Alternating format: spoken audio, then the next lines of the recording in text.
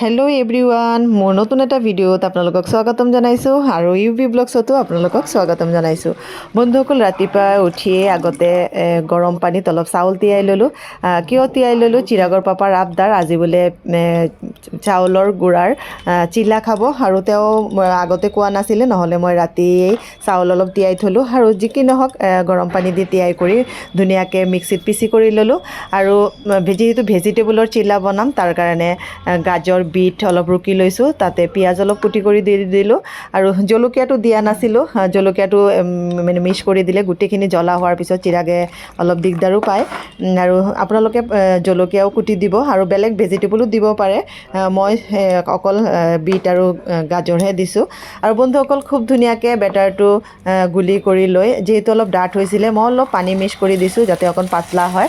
আৰু মই কেৰাহী আৰু টাৱা দুইটাই পাতি দিলোঁ, যিহেতু অকণ সোনকালে হ'ব।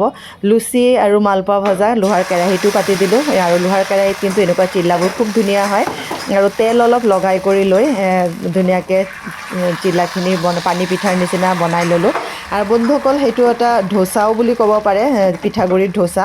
আৰু খুব ধুনীয়া এটা ৰেচিপি, আপোনালোকে এনেকুৱাকৈ ঘৰত বনাই খাবচোন। আৰু যাৰ ল'ৰা ছোৱালীয়ে ৰাতিপুৱা স্কুলত যাওঁতে ভাত খাবলৈ নিবিচাৰে, আপোনালোকে কিন্তু এনেকুৱা এটা ব্ৰেকফাষ্ট বনাই দিব পাৰে, যিহেতু চাউলৰ গুড়া থাকে আৰু খুব হেল্ডি হয়, যিহেতু ল'ৰা ছোৱালীখিনি স্কুলৰ পৰা ছুটি হওঁতে বহুত দেৰিও হয়। আৰু বন্ধুসকল, এনেকুৱা টিফিন কিন্তু আপোনালোকে স্কুলত বা অফিচৰ টিফিনতো দিব পাৰে। খুব ধুনীয়া এটা ৰেচিপি, হেল্ডি হয়। আৰু বন্ধুসকল, ঘৰত বনাই খাবচোন, আৰু খাই কেনেকুৱা পালে মোক কিন্তু কমেণ্টত জনাবলৈ একদম নাপাহৰিব। আৰু চিল্লাৰ লগত খাবলৈ মই অলপ ভাবিলোঁ চাটনি বনাই লওঁ। চুকা পালেং অলপ আছিলে, তাৰে অলপ ধুনীয়াকৈ বাছি কৰি লৈ ধনিয়া পাতৰ লগত তাতে জলকীয়া, আদা, নহৰু আৰু অলপ নিমখ দি দিছোঁ, যাতে একেলগে পিছা হৈ যায়। আৰু চিলাৰ লগত খাবলৈ মই একদম গাখীৰ চাহ বহাই দিলোঁ। আৰু চিৰাগৰ পাপা যিহেতু ওলাই যাব খাই কৰি, তেওঁক একদম ব্ৰেকফাষ্টটো সোনকালে তেওঁৰ প্লেটটো ৰেডি কৰি ল'লোঁ।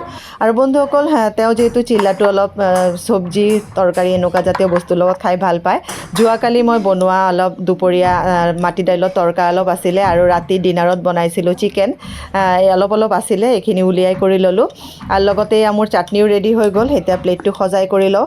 আৰু বন্ধুসকল, মোৰ ৰেচিপিবোৰ আপোনালোকে কেনেকুৱা পায় মোক কমেণ্টত জনাব, আৰু মোৰ ডেইলি ব্লগটো কেনেকুৱা পায় সেইটোও কমেণ্টত জনাব, আৰু মোৰ ভাল লাগিব।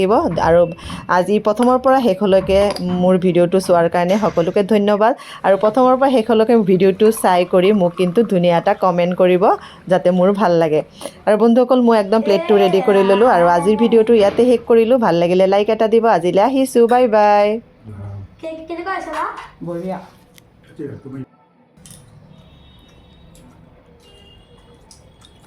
চাটনিটো বহুত ধুনীয়া হৈছে, টেঙা।